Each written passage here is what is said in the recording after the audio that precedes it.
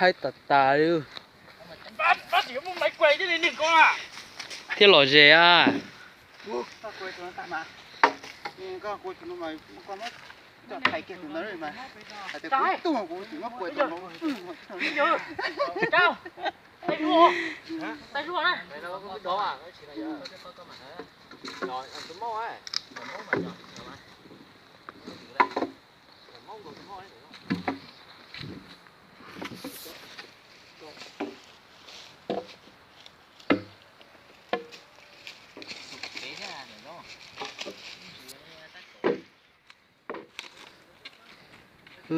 Đông mà chế.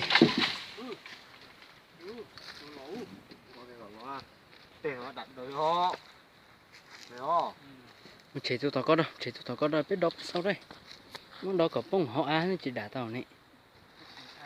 Thì món đá cái mốt tụi tao có đó có bông cái tao á nó thế. Mà tụi con bông là thế gì sai sai. Wow. Hai con á. Mỏng mà. Mà nhiều thử mai cho các bà thôi chứ. Chơi của kén. Phải cũng xả cho nó. Chơi vô nhiều là dân đồng sơn. Nhưng mà chơi thành sai dân đồng là sao? Mà gì nó cho tí muối. Cho nó ship hết rồi nên muối nè.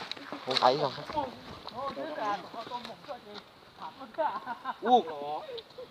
Có chữ giới thiệu. Đó. Có mua xếp của nó tốt đó.